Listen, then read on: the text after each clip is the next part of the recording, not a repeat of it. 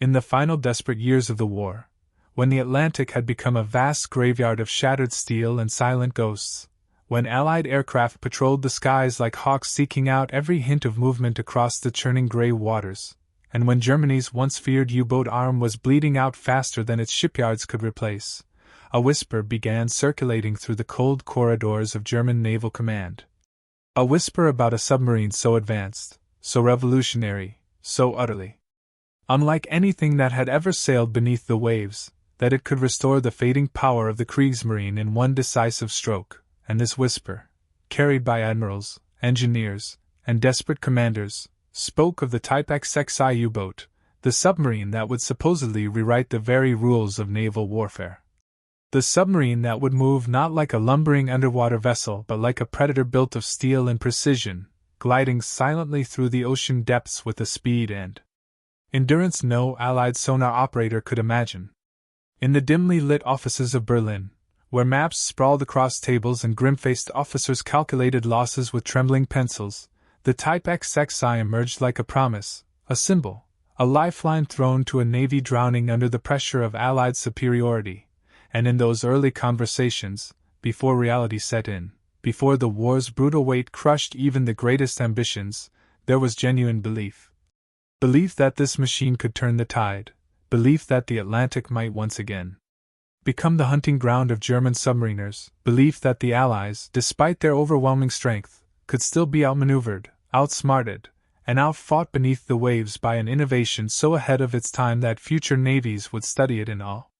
But behind the optimistic talk, behind the propaganda, behind the confident speeches delivered by officers trying to convince themselves as much as others, stood the cold truth.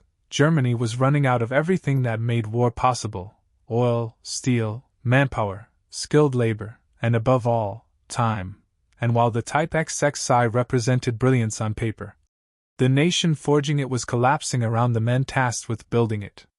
Yet inside one of the vast shipyards along the Elbe River, where scaffolding rose like skeletal towers against the smoky sky and sparks rained down from welding torches, the first frames of the Type XXI began taking shape, and the engineers who walked among them could not help but marvel at the audacity of what they were creating, for this submarine was unlike its predecessors, sleek where others were crude, hydrodynamic where others were blunt, built not to surface and dive repeatedly but to live underwater like a true sea creature, powered by advanced batteries that would allow it to remain submerged for days at a time and equipped with silent running electric motors that could carry it through the depths faster than any Allied destroyer could chase. For the engineers and naval architects who had studied submarine warfare's evolution since 1939, the Type XXI represented the future, a future they had predicted but never thought they would see materialize during their lifetimes, let alone during a war collapsing around them. And each time they inspected the hull's curvature or ran their hands along the smooth plating, they felt a mixture of pride and dread. Because they knew what they were building was brilliant, but they also knew brilliance alone could not save a nation gasping for breath. Meanwhile, across the North Atlantic, in convoys stretching from New York to Liverpool, sailors whispered about a new kind of U-boat they had heard rumors of, stories from intelligence briefings, intercepted German transmissions, and reports from survivors who swore they had seen something strange in the water, something faster, quieter, more elusive than any submarine they had ever encountered. But Allied officers dismissed these tales as exaggerations, insisting that the U-boat threat was already broken, that the wolf packs were dead, that air superiority and sonar had ended the reign of the submariner forever. Still, there were some analysts who didn't dismiss the rumors so easily. Analysts who studied German engineering, who understood the creativity and desperation driving the collapsing Reich, and who warned that Germany might attempt some last, radical technological gamble. But even these analysts underestimated the sheer leap forward that the Type XXI represented. For they assumed the submarine would be an incremental improvement on earlier models, not a complete reinvention of underwater warfare. As Germany struggled under relentless Allied bombing, the Type XXI became more than a naval project. It became a symbol of hope for officers like Admiral Karl Donitz, who still believed the war could be stabilized if Germany could just field a weapon the Allies couldn't counter, a weapon that could slip past aircraft patrols, evade sonar waves, and destroy merchant shipping before the industrial powerhouse of America could move its endless supplies across the ocean. In secret meetings, Donitz spoke passionately about the Type XXI, explaining that once the first batch of boats entered service, they could strike deep into the Atlantic, targeting convoys that believed themselves safe under the protective shield of radar and sonar. And in these speeches, the room would fall silent, as officers imagined a future in which the war at sea might once again favor Germany. But while admirals dreamed of victory, the workers in the shipyards experienced a very different reality, one of exhaustion, chaos, shortages, and constant fear, for Allied bombers did not care about the dreams of engineers. They dropped their bombs indiscriminately, turning factories into infernos and shipyards into twisted landscapes of molten steel and shattered cranes. Entire sections of the Type XXI production line were destroyed repeatedly, forcing engineers to improvise with inferior materials or rushed assembly techniques, and many of the submarines that were eventually launched were plagued with defects, leaks, electrical issues, and misaligned hull sections that made silent running nearly impossible. The engineers protested, submitting reports warning that the boats needed weeks, months even, to be fully tested, refined, and perfected, but these warnings were ignored by a desperate leadership who no longer had the luxury of patience or time. In Berlin, Hitler pored over exaggerated progress reports, convinced that the Type XXI would force the Allies to the negotiation table, and he ordered the submarines to be deployed as soon as they were afloat, even if their crews had barely trained with them, even if the boats were flawed, even if the miracle weapon had not yet reached the perfection envisioned by its designers. And so, even as Allied forces pressed toward Germany on land, even as the Luftwaffe crumbled, even as cities burned, the shipyards continued their frantic race, trying to build a submarine that might change a war already lost. And deep beneath this pressure, in the shadows of warehouses and the echoing clang of steel, the first completed Type XXI boats waited in their pens. Gleaming weapons of a future that would never come in time, their silent promise humming with potential, their fate sealed by the lateness of their birth. As the first operational Type XXI submarines sat in their pens, sleek black silhouettes reflecting in the still water of their shelters while the distant thunder of Allied bombers echoed overhead, like a clock ticking down to inevitability, the men assigned to crew these marvels of engineering approached them with a mixture of awe, pride, and silent dread, for they knew that what they were stepping into was not merely another submarine. It was a vessel so advanced that even its own steel seemed to whisper of a future Germany would never reach, and the sailors who lined up to board the U-2511, U-3008, and the handful of other boats near completion were a strange blend of veterans hardened by years of brutal submarine warfare and young recruits who had barely fired a torpedo, let alone lived through the suffocating terror of depth-charge barrages. And yet, despite their limited experience, they felt a spark of hope as they examined the interior of the Type XXI, seeing the spacious compartments, the advanced sonar systems, the massive battery banks that stretched like gleaming metallic ribs along the hull, and the quiet hum of the electric motors that offered the promise of silent invisibility beneath the waves. But even as these crews trained hurriedly in simulators and classroom lectures, the war outside was collapsing faster than their training could progress, for Allied aircraft roamed freely over German shipyards, annihilating anything that moved, and every day brought new reports of industrial plants destroyed, supply lines severed, and cities reduced to ash, forcing the submarine command to rush its preparations, cutting training time from months to mere weeks, pushing sailors into roles they were not ready for, all under the mounting pressure of a leadership that refused to accept reality. Admiral Donitz, still convinced that the Type XXI could salvage something from Germany's crumbling war effort, visited the submarine bases frequently, walking the docks with a stiff posture that hid the deep exhaustion carved into his features, speaking to crews with solemn encouragement, emphasizing the importance of their mission, and urging them to trust in their new machines. Yet even he could see the problems piling up. The rushed welds that cracked under pressure, the electrical faults that sparked in humid compartments, the inexperienced crews who struggled to coordinate the submarine's complex systems, and the relentless ticking of the war's final weeks drawing closer with every sunrise. Meanwhile, Deep within the Naval Command Center where cryptographers pored over intercepted communications, analysts confirmed the terrifying truth. Allied convoys were now so heavily protected by aircraft carriers, long-range bombers, radar-equipped destroyers, and improved sonar that even a submarine as advanced as the Type XXI would face overwhelming odds. And although the new design could theoretically outrun destroyers underwater, its torpedo guidance systems were still untested, its batteries unproven in combat, and its crew barely familiar with the intricate dance of silent running. In one particularly telling scene in the bunker beneath Berlin, a young naval officer nervously delivered a report to Donitz outlining the submarine's incomplete readiness, warning that deploying them prematurely would waste their potential. But Hitler, pacing with furious energy, rejected the officer's concerns outright, slamming his fist on the table and insisting that the boats must sail immediately. That the Allies must be shown Germany still had wonder weapons capable of turning the tide. And that hesitation was treason. The officer left pale and silent, knowing the war's fate was being sealed not by strategy but by desperation and delusion.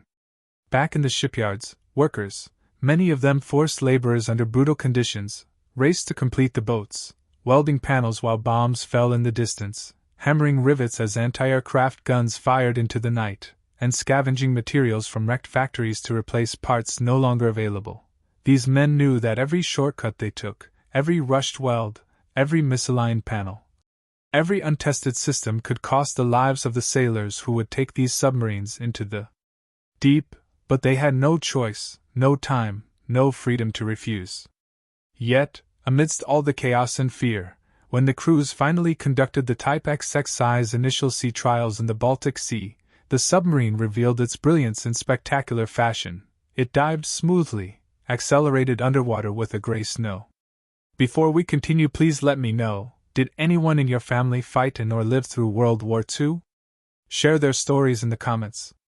Let's continue the story.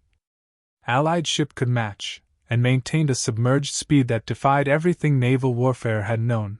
Sonar operators marveled as the submarine slipped through the depths like a silent shadow, and torpedo officers cheered when the automated reload system, another revolutionary feature, proved it could fire torpedoes with unprecedented speed. For a brief moment, the men aboard felt invincible, felt that they were witnessing a miracle, felt that perhaps Germany still had a chance, not to win the war, but to strike back with dignity, to force the Allies into caution, to remind the world that German engineering still commanded fear. And as the submarine glided through the dark waters with a silence so complete it seemed otherworldly, the officers imagined confronting an Allied convoy with this power, imagined torpedoes slicing through the water unseen, imagined destroyers scrambling too late as the U-boats slipped away beneath the waves at a speed sonar operators had no doctrine to counter. But the reality they returned to when the trials ended shattered that fleeting illusion of hope. Allied bombers had struck again, destroying 2 more shipyards, delaying construction further, killing workers, and leaving cranes and scaffolding twisted like broken bones. Worse still, reports came in that Allied troops were closing in on the Rhine, that Berlin was being encircled, that the Reich was collapsing at an accelerating pace, and that the time needed to deploy the Type XXI effectively had vanished like smoke in a storm. Nevertheless, in a final attempt to salvage something from the submarine program, Donitz authorized a handful of boats to begin combat preparations, rushing crews aboard, loading torpedoes, testing periscopes, calibrating sonar arrays, and running emergency drills deep into the night. The sailors, exhausted but determined, memorized emergency procedures, practiced silent running until their muscles ached, and studied maps of the North Atlantic that no longer resembled the War of 1941, a war of wolf packs hunting vulnerable convoys, but instead showed a sea dominated entirely by Allied air power, radar coverage, and hunter-killer groups designed to detect and destroy any submarine that dared to surface. As the U-2511 prepared for what would be its first, and ultimately only, war patrol, its captain, Captain Schnee, a veteran commander respected for his calm demeanor and tactical brilliance, walked the length of the submarine in the dim red glow of the interior lighting, inspecting each compartment with the quiet seriousness of a man who understood both the greatness of the weapon he commanded and the impossibility of the mission ahead. He placed a hand on the steel hull, feeling the faint vibration of the motors, and whispered to himself that he would honor the ship by doing what he could, that he would trust the engineering even if the rest of the world was falling apart. On the morning of its departure, as the U-2511 slipped away from the submarine pen into the grey waters of Norway's fjords, snow falling softly onto its hull and dissolving into the tide, the crew stood silent at their stations, aware that the war was ending, aware that their patrol might be pointless, aware that history would never give them the time they needed to prove what this submarine could truly do, yet still they felt a deep, unspoken pride. They were sailing aboard a masterpiece, a glimpse of a naval future that the collapsing Reich could never fully realize, and they would see it through to the end, no matter how little time remained. As U-2511 slid silently into the open sea, leaving behind the jagged Norwegian coastline and the faint echo of distant artillery that reminded the crew how close the Allies were to Germany's final collapse, the atmosphere inside the submarine shifted from the tense formality of departure to a focused, almost reverent quiet, for every man aboard understood they were not simply leaving on another patrol.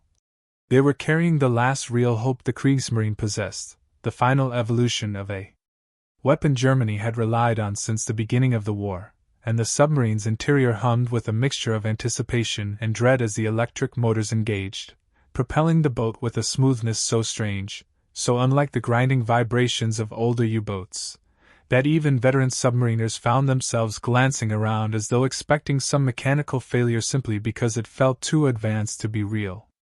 Captain Schnee stood near the central control room, his steady gaze fixed on the gauges and dials that reflected the submarine's performance, and he allowed himself a moment of quiet satisfaction as he watched the Type XXI settle into its cruising depth as naturally as a seabird gliding into a thermal.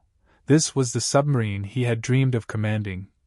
The kind of vessel that could stalk a convoy without ever exposing a periscope, that could outrun destroyers underwater, that could reload torpedoes faster than any Allied captain believed possible. Yet he knew that such power came with a terrible irony. The war was ending, and this technological marvel had arrived years too late to matter.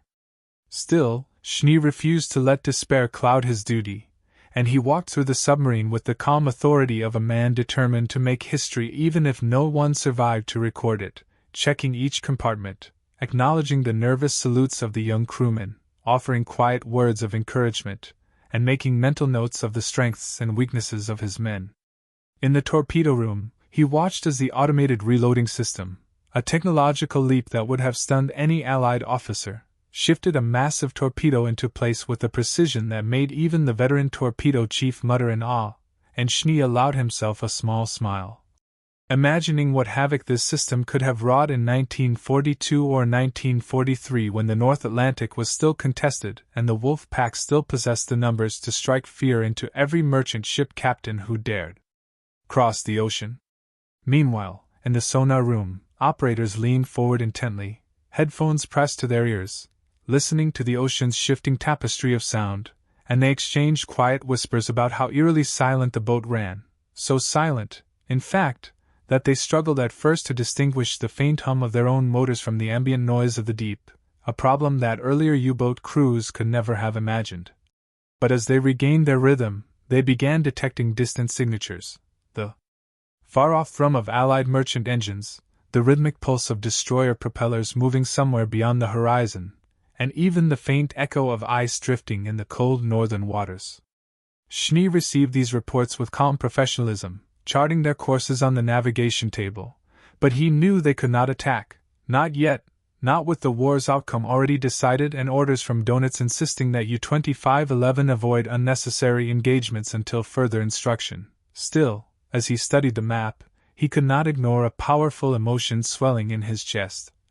A mixture of pride and lament, the realization that he was commanding what might be the most advanced submarine ever built, yet he would likely never have the chance to truly unleash its potential.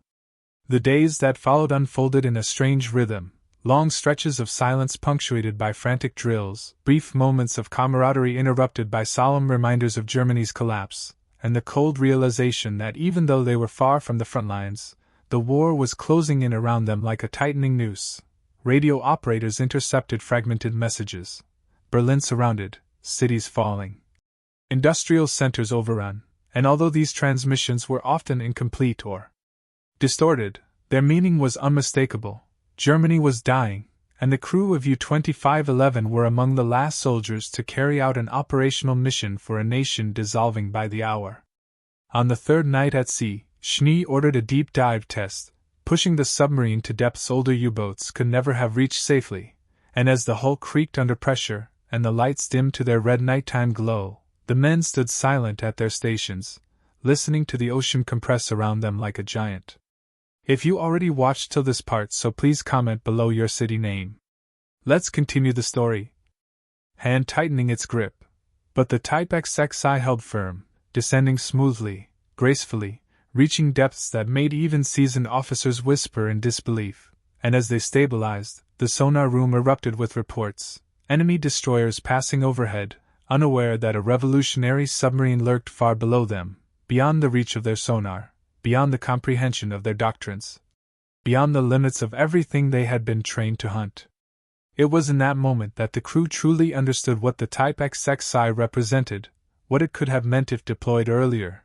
It was not simply a submarine, it was an evolutionary leap, a machine that rendered surface detection nearly obsolete, that turned destroyers into helpless shadows above, that could run silent and fast enough to reposition for attacks before the enemy even suspected it was there. And as they listened to the destroyers fade into the distance, a quiet, bitter pride settled over them, not triumph, not joy, but a deep, aching recognition of what might have been. And yet, even amidst this rare sense of awe, the grim realities of the collapsing Reich followed them like a shadow. Their food supplies were limited, their charts outdated, their communications uncertain, and every hour brought new distress calls from German ships being annihilated across the North Sea and Baltic, messages from U-boats, surrendering or scuttling themselves, and desperate pleas from commanders whose vessels were cornered by overwhelming Allied forces. At one point, the radio operator trembled as he delivered a message to Schnee. Hitler was dead, Berlin was falling, command structures were dissolving, and surrender negotiations were underway. The control room fell silent, the humming of machinery suddenly feeling louder, heavier, more oppressive, and for a moment even Schnee wavered, gripping the edge of the navigation table as he closed his eyes and exhaled slowly, absorbing the truth he had always feared but never admitted, that the war was over, that they were sailing a miracle weapon through a sea where miracles meant nothing. That history was already written and they were merely surviving its final paragraph. But Schnee did not collapse into grief or anger.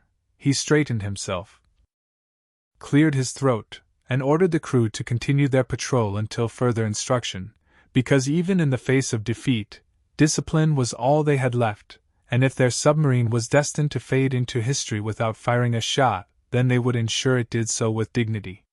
Late that night, as the submarine glided through the depths with its silent motors humming like a heartbeat in the dark, Schnee stood alone in the observation blister, staring out into the black ocean, reflecting on the war, the triumphs, the losses, the brilliant engineering overshadowed by flawed leadership, and the thousands of sailors who had given their lives believing they could tame the Atlantic. He thought of the Type 7 boats he had commanded in earlier years, crude by comparison yet deadly in their time, and he wondered how many more convoys he might have struck if he had possessed the Type XXI from the beginning, how many battles might have ended differently, how many Allied ships might lie at the bottom of the sea instead of reaching Britain with supplies that fueled the war machine that now crushed Germany. But as he stood there, lost in thought, a sonar operator burst into the room with a message that snapped him back to reality. A large Allied convoy had been detected to the south, multiple merchant ships, multiple escorts, their sound signatures unmistakable, and although Schnee knew that attacking would change nothing, that orders forbade engagement, that the war itself was ending, he also knew that this might be their only chance to prove the Type XXI's power, their only chance to witness what this submarine was truly capable of, even if only as a demonstration.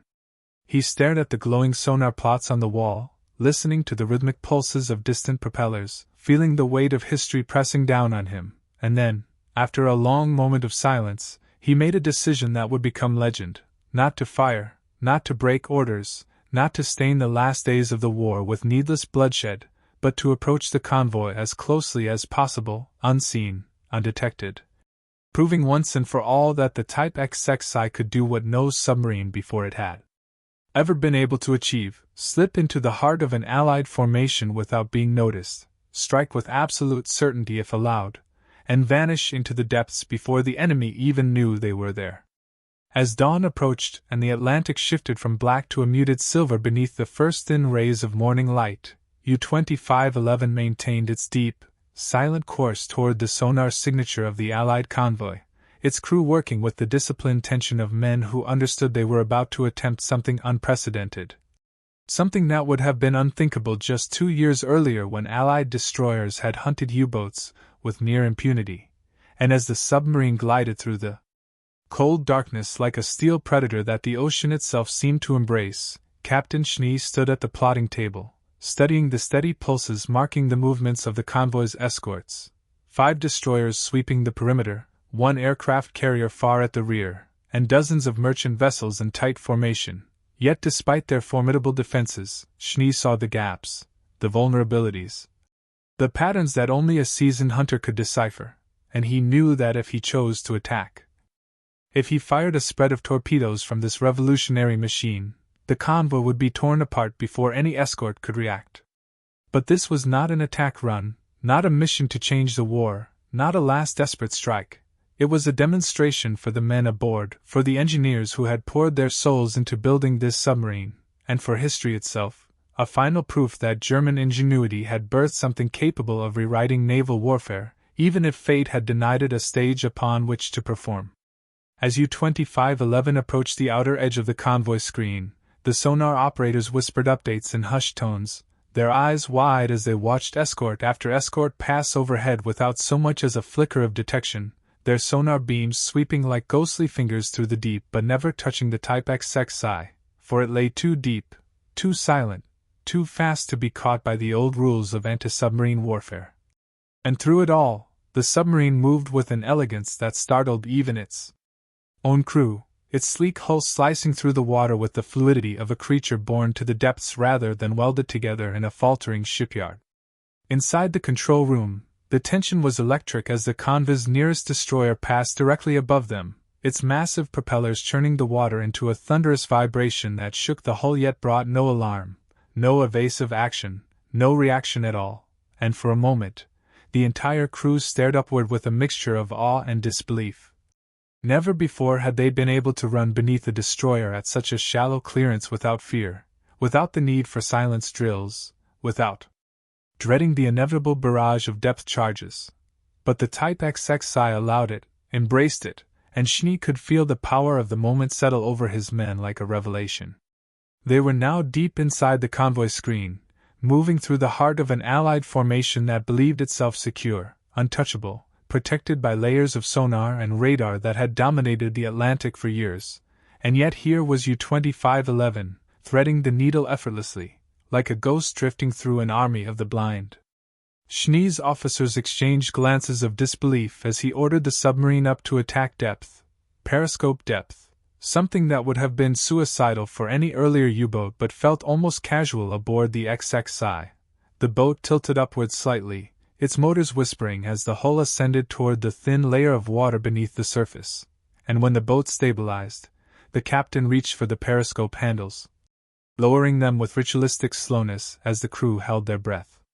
When the lenses broke the surface, water cascading down the metal housing like tears, Schnee rotated the periscope in a slow, methodical arc, revealing the convoy in all its vast, sprawling vulnerability. Merchant ships steaming forward in tight clusters, escorts zigzagging with mechanical predictability, and a distant carrier launching aircraft that circled lazily overhead, never once suspecting that a submarine was already inside their defenses.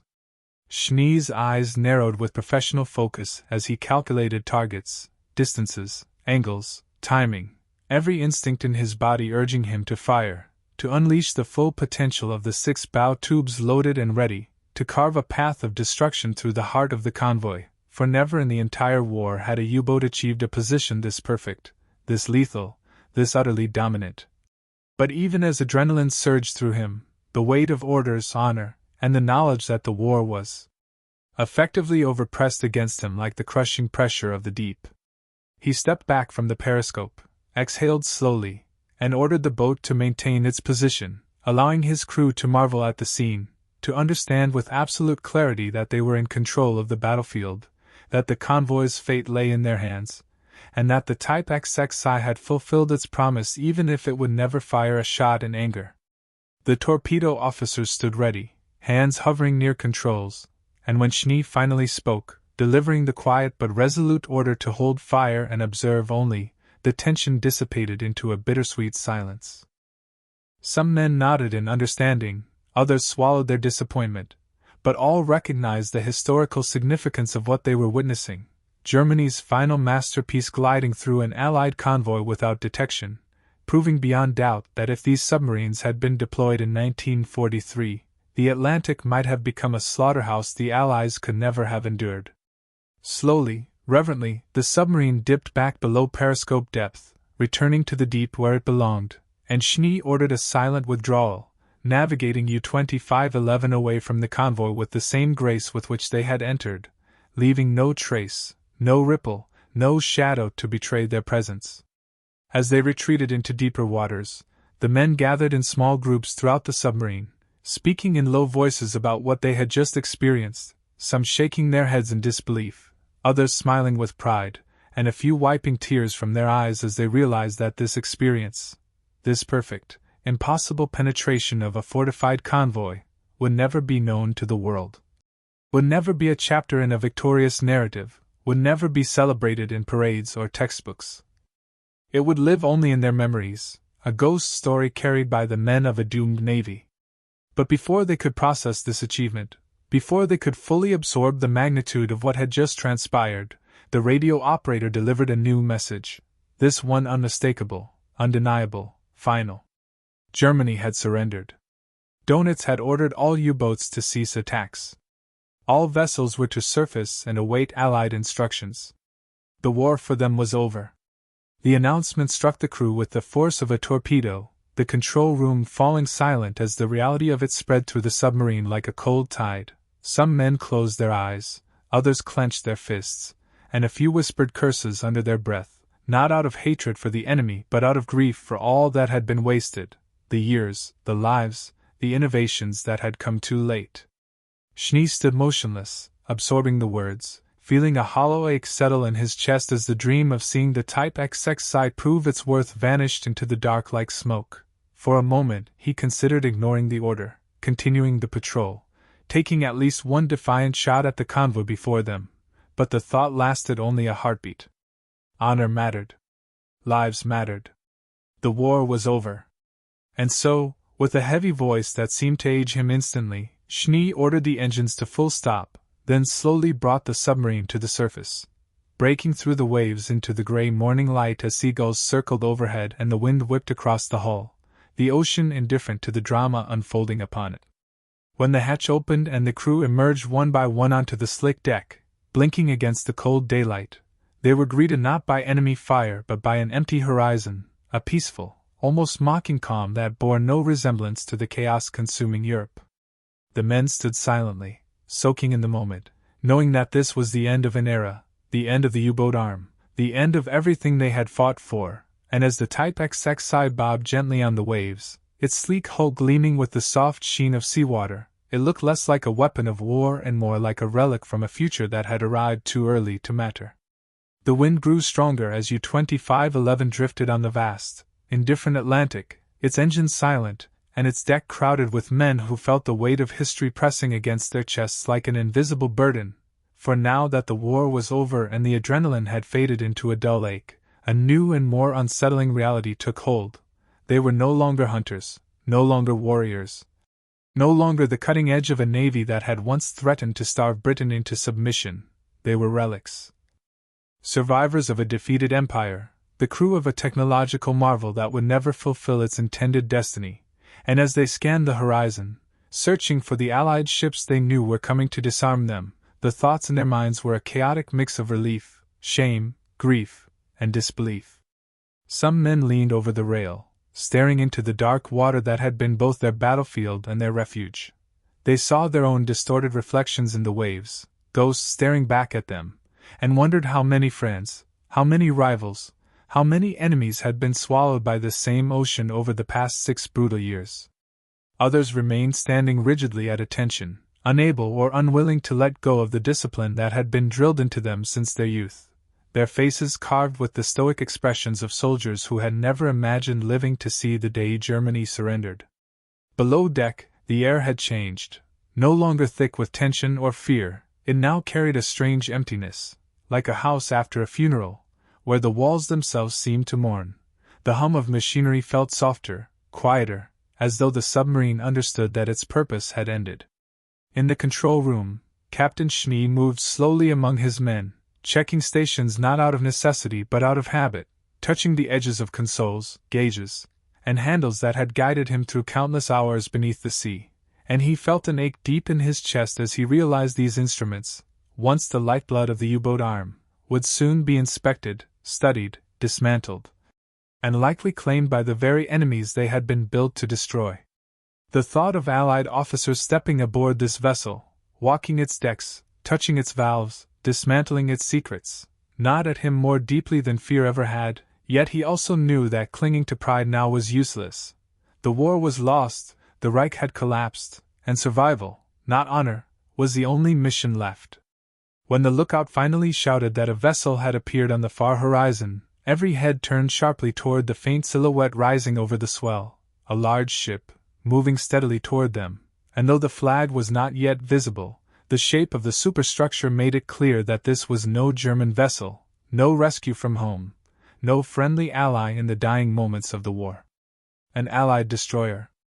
As the ship drew closer, its gray hull cutting through the waves with deliberate authority, the men of U-2511 straightened their uniforms, wiped the grease from their hands, and prepared to surrender, but beneath the disciplined surface their hearts raced with uncertainty, for they had heard stories, some true, many exaggerated, of U-boat crews being shot in the water, of captains being interrogated harshly, of vessels being seized and humiliated, and though their rational minds told them that the war was over and that discipline would prevail, the instincts of men who had lived years in mortal danger refused to be quiet. Through binoculars, Schnee watched the destroyer approach, its guns trained downward but still clearly ready, its deck lined with sailors observing the U-boat with a mixture of curiosity and wariness. No doubt they had been told that the submarine before them was a Type XXI, the legendary Electroblot, rumored to be capable of outrunning escorts underwater. And the Allied commander approaching had likely been instructed to capture it intact if possible, for this submarine represented more than a weapon. It represented a leap in naval warfare, a technological revolution that the Allies needed to understand. Snow-white foam curled along the destroyer's bow as it slowed, signaling that it intended to come alongside, and Schnee ordered his men to remain calm, to keep their hands visible, to follow every instruction precisely. He knew that any misstep, any perceived threat, could turn this peaceful moment into a tragedy. When the Allied officers finally appeared along the destroyer's rail, shouting commands through a megaphone, the men of U-2511 listened carefully, responding with disciplined precision as they threw lines, prepared fenders, and stood ready to be boarded. The first Allied officer aboard was tall, stern, and surprisingly young, his uniform crisp and immaculate compared to the grease-stained, salt-worn gear of the German crew, and as he stepped onto the deck of the Type XXI, he paused briefly, studying the submarine beneath his feet with a look that blended suspicion with unmistakable awe. Even the enemy could not hide their fascination with the machine. He introduced himself formally, though the tone was cold, professional, devoid of any warmth, and Schnee responded with equal respect, handing over the surrender papers that had been transmitted to all U-boat commanders. The Allied officer scanned them, nodded curtly, and then asked permission to inspect the vessel, an inspection that was, of course, not a request but an order. Schnee led the officers inside, guiding them through the narrow corridors and cramped compartments, explaining systems with a clarity and precision that surprised even himself, and while the Allied officers took notes, asked technical questions, and examined every detail with scientific interest, they said little about the war itself, little about victory or defeat. Their focus remained on the technology. The marvel that Germany had built too late to use. As they toured the engine room, the battery compartments, the sonar equipment, their expressions shifted from curiosity to amazement, especially when they realized how radically different the Type XXI was from the older, slower, noisier U-boats they had hunted for years. One officer whispered to another that if 10 of these had been deployed in 1943, the Atlantic War might have dragged on for years more. Their admiration was a bitter gift, proof that Germany had created something extraordinary, but also proof that its brilliance had been squandered by a collapsing regime incapable of delivering it when it mattered. Back on deck, as the sun dipped low and cast the Atlantic in a pale orange glow, the Allied commander delivered new orders. The crew would be transferred to the destroyer as prisoners of war, and the Type XXI would be towed or escorted to an Allied port for analysis. The announcement struck the men with unexpected force. Many had believed they would remain aboard their submarine, at least for a time. But now they were being separated from the machine that had been their home, their shield, their silent companion through the darkest days of the war. Some men hesitated, standing on the deck with their duffels slung over their shoulders, staring at the steel vessel as though trying to memorize every rivet, every curve, every sound the hull made beneath their feet. They knew that once they stepped off, they would never see it again. Schnee was the last to leave. He stood at the conning tower, the wind whipping through his hair, the ocean stretching endlessly around him, and he placed one gloved hand on the cold steel railing, feeling the pulse of the submarine beneath his palm as though it were alive, as though it were a creature breathing softly in the twilight. Memories flashed before him, the silent approach beneath the Allied convoy, the awe on his men's faces, the impossible power of a submarine that had arrived too late to matter. He whispered a quiet farewell, words no one else heard, and then descended the ladder, stepping onto the Allied destroyer where his crew waited in solemn silence. As the destroyer pulled away, the men watched U-2511 recede into the distance, the sleek, dark shape shrinking against the vast ocean until it became a silhouette, then a speck, then nothing at all. Some men clenched their jaws to keep from crying. Others saluted. A few simply stared, unable to look away from the last symbol of what their navy had been capable of, had history allowed it. As the Allied destroyer carried the crew of U-2511 toward captivity and the dark silhouette of the Type XXI sank below the horizon like the fading memory of a dream that history had chosen to forget, the men stood together on the open deck, wrapped in worn coats against the cold Atlantic wind, each lost in his own thoughts, wrestling with the strange mixture of emotions that came with surviving a lost war. And as the waves rose and fell beneath them in slow, steady rhythms, the truth settled over them with an almost unbearable weight. They were no longer warriors, no longer guardians of the Reich, no longer the elite submariners who had once believed they could starve an empire. They were prisoners, witnesses to a final chapter in which their greatest creation had arrived too late to matter. Some stared out at the empty sea, trying to imagine what would become of the Type XXI now. Would the Allies tow it to a port, strip it apart, study every bolt and battery, steal its secrets, copy its brilliance, and build their own fleets of underwater machines inspired by German engineering? They knew the answer even without anyone saying it aloud. Of course the Allies would steal its secrets. Of course they would use the knowledge for themselves. That was the nature of war, the nature of victory. And in a bitter twist of irony, the submarine that Germany had hoped would save its navy might instead strengthen the navies of the nations that had crushed it. Meanwhile, below deck on the destroyer, the younger German crew members sat shoulder to shoulder in silence, exchanging uncertain glances as the Allied sailors passed by with guarded expressions, not hatred, not cruelty, but the wary professionalism of men who had spent years hunting U-boats, and were only now seeing their enemies face to face.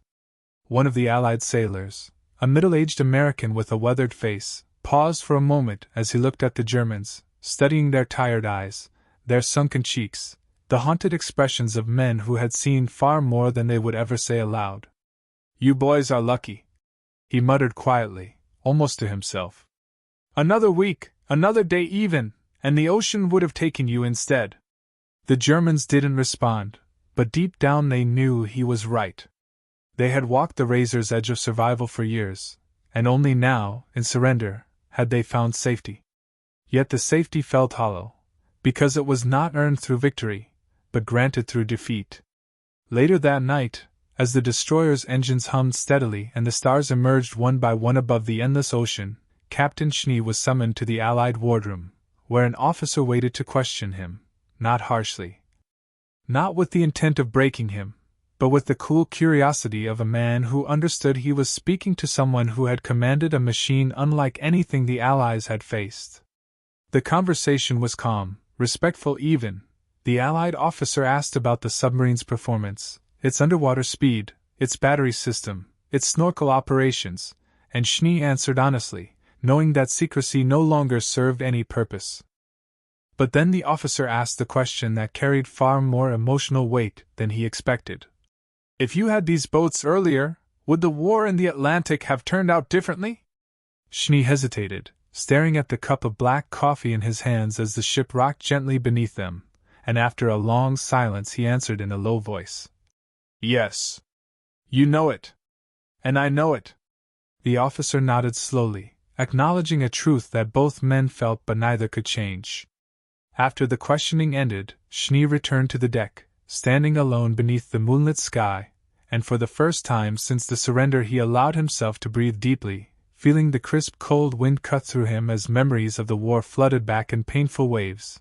The men he had lost, the ships they had sunk, the convoys they had hunted, the fear and thrill of each engagement, and the crushing, relentless pressure of fighting a war his country could no longer win.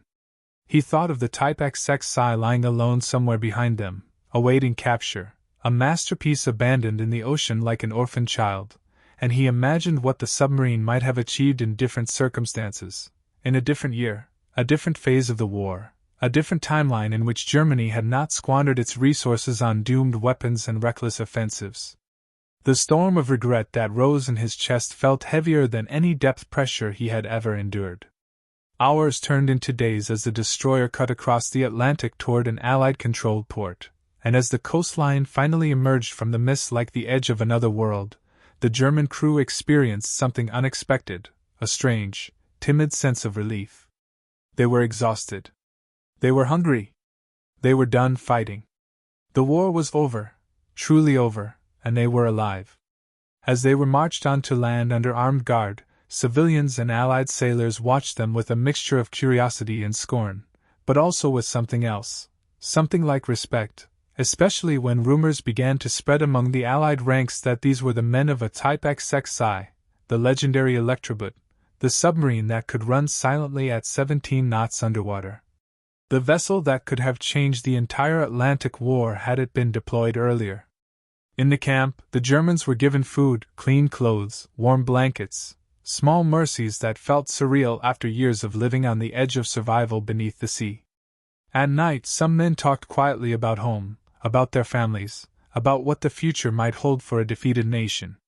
Others lay awake, remembering the faces of their fallen comrades, wondering if surrender dishonored their memory, wondering if survival was a betrayal or a blessing. Schnee himself remained quiet, distant, spending long hours sitting alone on a crude wooden bench staring through the camp's fence toward the distant harbor where captured U-boats, including several Type XXIs, were being tied up like livestock waiting for auction. Allied engineers swarmed over them, climbing into their hatches, disassembling their systems, sketching diagrams, taking notes, and Schnee felt a mix of pride and sorrow watching them work, knowing that the brilliance of German engineering had outlived the nation that created it. Within months, the Type XXI, stripped, studied, replicated, would become the blueprint for a new era of submarine warfare. The Allies would build new fleets inspired by German innovation. The world would remember the technology, but not the men who served aboard it. One evening, long after sunset, Schnee wrote a final entry in his small leather notebook, the same one he had carried through countless patrols. We built something extraordinary. Something worthy of history. But history did not wait for us. And with that, he closed the book, not knowing whether anyone would ever read it, not knowing if his words would matter in a world eager to move past the war. In time, the men of U-2511 would return home to a shattered Germany, rebuild their lives in the ruins, and tell their children and grandchildren stories about the war, the fear, the pride, the loss. But when they spoke of the Type XXI, their voices always carried the soft ache of what might have been.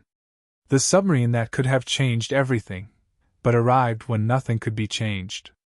If you found this story compelling, please take a moment to like this video. It helps us share more forgotten stories from the Second World War. Subscribe to stay connected with these untold histories. Each one matters. Each one deserves to be remembered, and we would love to hear from you. Leave a comment below telling us where you are watching from. Our community spans from Texas to Tasmania, from veterans to history enthusiasts. You are part of something special here. Thank you for watching, and thank you for keeping these stories alive.